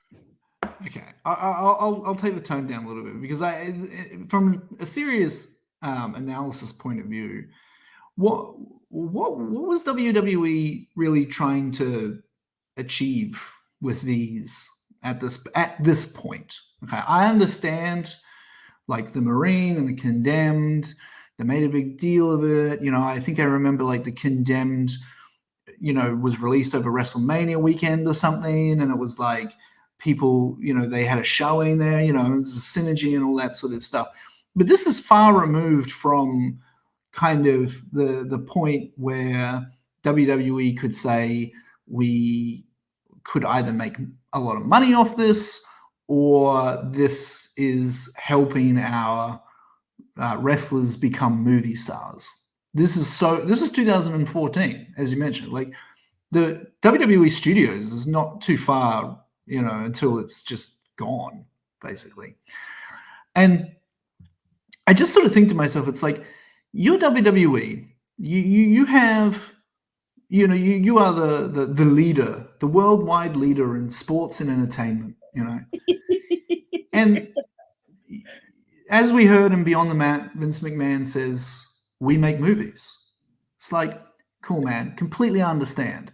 Here's the thing, though. You either do it properly or don't do it at all. As in, like, what is the point of a wrestling company making B movies that, by the way, were not released for the WWE network or anything? No. These weren't even for wrestling fans. This was for, going to the store that's got DVDs on, and oh, look, blah, blah, blah. But it's just, like, I get it. WWE isn't going to be interested in investing $150 million to make a proper film, like a Hollywood film. And if they did, they probably shouldn't use their wrestlers as actors. No. Right? So that's fine. But if that's the case, why are you even bothering at all? I just don't understand. Content, isn't it? It's just content, but and content then I think they sell it to like video on demand services and stuff. It's weird because like in the UK over here, we have this series of films called Rise of the Foot Soldier, which is about like these Cockney gangsters and it's on like the 6th film now. And I'm like, who is still watching these films? Because surely the majority of the audience he's watching these on like dodgy Fire Sticks or whatever, but they still keep churning these low budget like Cockney Gangs films out. And they must be getting some kind of money from it, from like video on demand services or what. But it's similar to what you're saying about WWE films. Yeah, and the other thing too is like also, it's like the Marine, okay, and then the Marine 2, and then the Marine 3, and then the Marine 4, and then the Marine 5, and they all don't star John Cena, and they don't, and then what? Jingle All the Way 2, like, and then they started making films based on previous franchises. Like, I just don't understand. Yeah, this. it's a weird one, isn't it? In terms of this film, look, I'm not going to shit on John Moxley that much because no, he was decent in it. I thought for his first run out as an actor, I thought he was decent in it. I don't think they really gave him much to do, to be honest. No. I mean, like I said at the start, he didn't even feel like the main character of this film, purely based on like the character background and development and interactions and dialogue. I mean, Berg had like all this dialogue. It wasn't good dialogue, but I mean, a lot of John Moxley was just like sitting there looking brooding. And here's the thing, guys, that you need to understand that WWE doesn't understand is that if you want to have a wrestler be an actor, don't think to yourself, well, let's just dial back how many lines of dialogue he has so that, he just looks cool because he does look cool, and that means he doesn't have to act that much. If he doesn't have that much dialogue, he's just brooding quite a lot. They don't get that it's actually the opposite. John Moxley had to basically act without words for a lot of this film. And that's not easy. This is like people who have to do like physical acting, and even wrestlers who wrestle under masks and stuff, that they have to express themselves in different ways because you can't see their face. So unfortunately, John Moxley, like you said, he wasn't bad in this film, but a lot of the time, like, he struggled to really show the expression that he needed to on his face. The main point was when he was going through the files right at the start of the film, pulls up the photo. This is the same photo that they saw on the safe. So this was the incriminating photo, the drugs and all this sort of stuff. And they cut back to Moxley's face, and it's just his face. And then they cut back to the computer screen, and you're like, is he surprised? What are you seeing? Is there anything going on? Sort of thing. So I don't think he did a bad job, but I think everything around him was so bad that it absolutely did not help him. The dialogue, the story of the actual screenplay of this film was horseshit. The worst thing I've ever, I shouldn't say that, that's hyperbolic, but it was, in this film, the worst part of it was the screenplay, the direction. You could clearly tell that the director wasn't very good at giving direction, which also isn't going to help Moxley, who is not an actor, but would probably need the director to help him get what the director needs back to put the film together. But the director doesn't really, his attention to detail clearly wasn't on this film. So I just basically, after watching this film, I said to you guys, has anyone done a podcast just reviewing all of these WWE films? Because it'd be fascinating. Because it would be fascinating just going through all of these, because there is a lot that this is not like just a boring film that you don't have anything to talk about. Like, there's a lot of stuff in here that I love picking apart, because sounds like no one would get away with this outside of a fucking WWE Studios film. Sounds like a job for hard men like us. Oh dear God, no. No. I don't think It's so. funny though, because when you look through WWE Studios as output, they have actually sort of like had hands in like genuinely good stuff as well, like Oculus that was directed by Mike Flanagan, and obviously he's famous now for all, you know, House on Haunted Hill and stuff for Netflix and everything. And but then Is Neil's brother? but then so I had no idea they'd even produced this many fucking shit films. Oh, they got like 50 films, I think, right? The fucking Countdown with Dolph Ziggler, Interrogation with Edge and Lana, Incarnate with Mark Henry, Eliminators with Let's Wade fucking fucking go. Barrett. Mark Henry Oh has a my movie. God. Yeah. Oh, everyone remembers Pure Country, Pure Heart with Willie Nelson and Shawn Michaels, obviously, don't they? Is that a WWE film? Yeah. And then Armed Response with Wesley Snipes and Seth Rollins. Oh, that was What? Killing was when, Hasselhoff with Hulk was when- Hogan. That was when Wesley Snipes was trying to get back all the money from the tax man. Oh, yeah, it was, yeah, wasn't it? Yeah, after he True. come out of prison. Yeah, the Yeah, 6 Marine films. Blood Brother with R-Truth.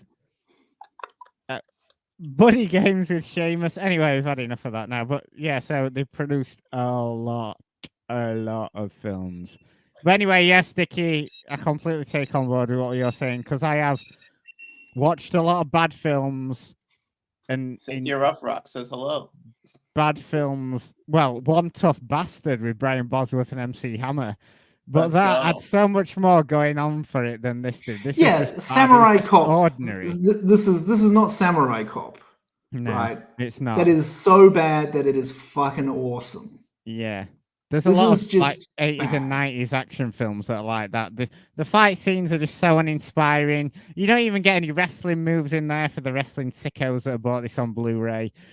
Mox, like you said, isn't bad in this role, you know, a lot better than I thought he was going to be. It kind of goes quickly. It took me 3 sittings to watch this film, and, you know, there's not even any fun one-liners or anything. The best I can say that, you know, it's just interesting seeing Moxley in a movie like this, but that's about it. Like I said, I love back action films as a rule, but this one's just pretty boring.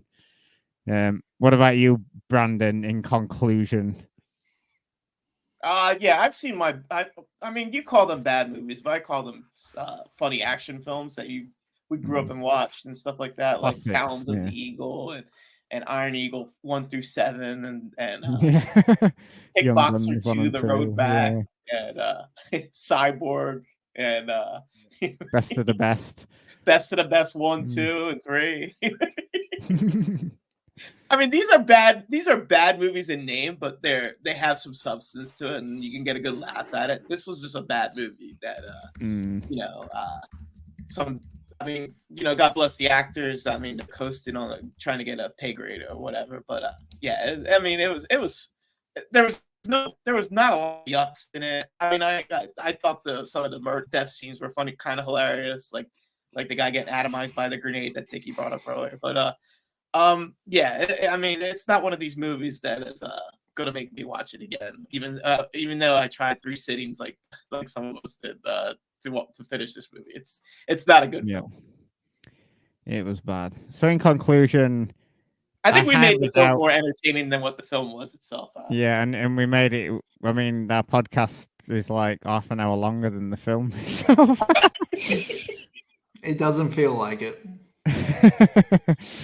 So, yep.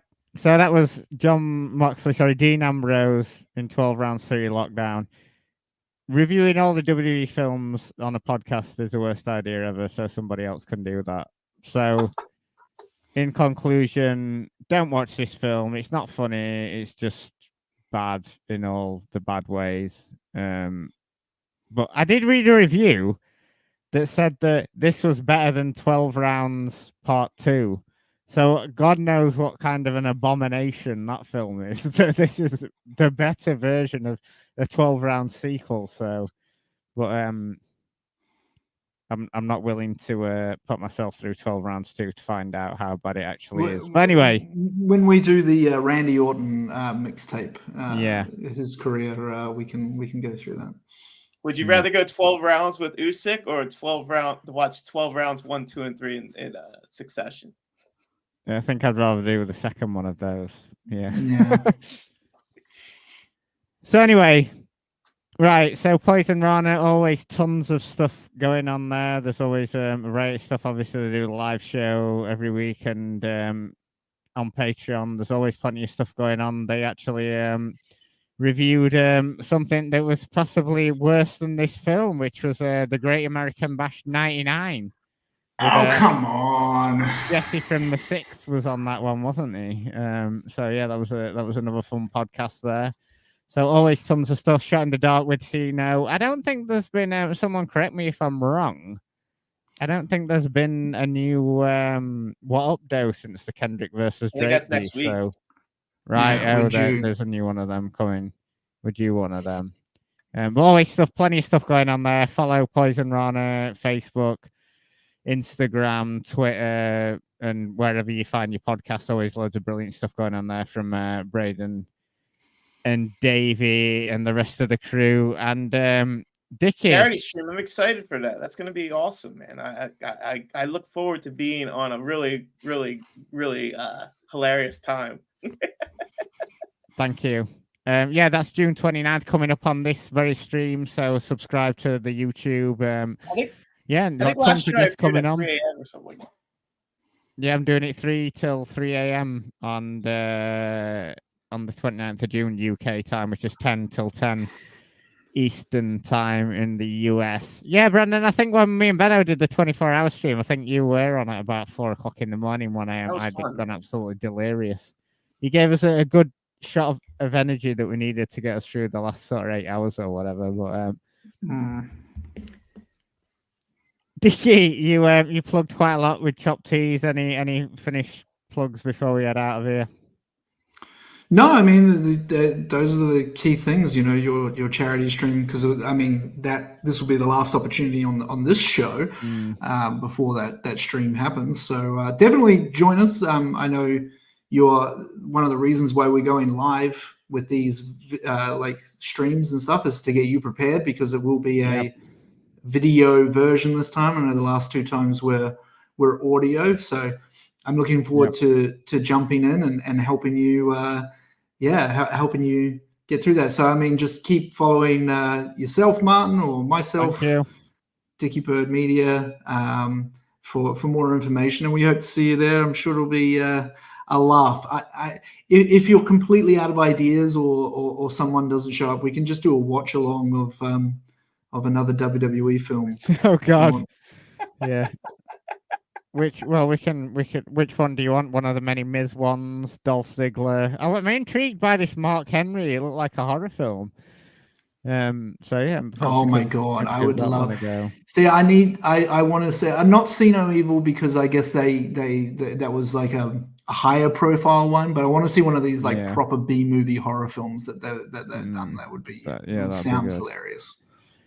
Brandon, what about you? Any plugs before we head out of here? I mean, just you know, we're on my social, Brandon from New Jersey. That's all I got.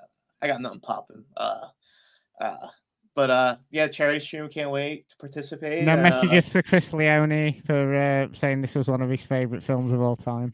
Yeah, Chris Leone has horrible taste, and you know, thank you for putting us through this hell that we went through for 1 hour and 58 minutes, closing in on 2 hour mark. I love it. It's great. We had a blast. Dickie's a true auteur of films and such. It was good to hear his breakdowns of what was horribly wrong in those scenes. And chop-cheese.com. I mean, the list goes on and on. There's like so much, a myriad of off-shell business going on, and it's outstanding. The rain in Spain falls mainly on the plane. And on that note, we will catch you next month, June 29th, for the live stream right on this very feed. So be sure to check that out. Thanks for everyone who joined us tonight. Salinas, Chris Elliott, thanks for leaving all the chats in. And we will catch you next month.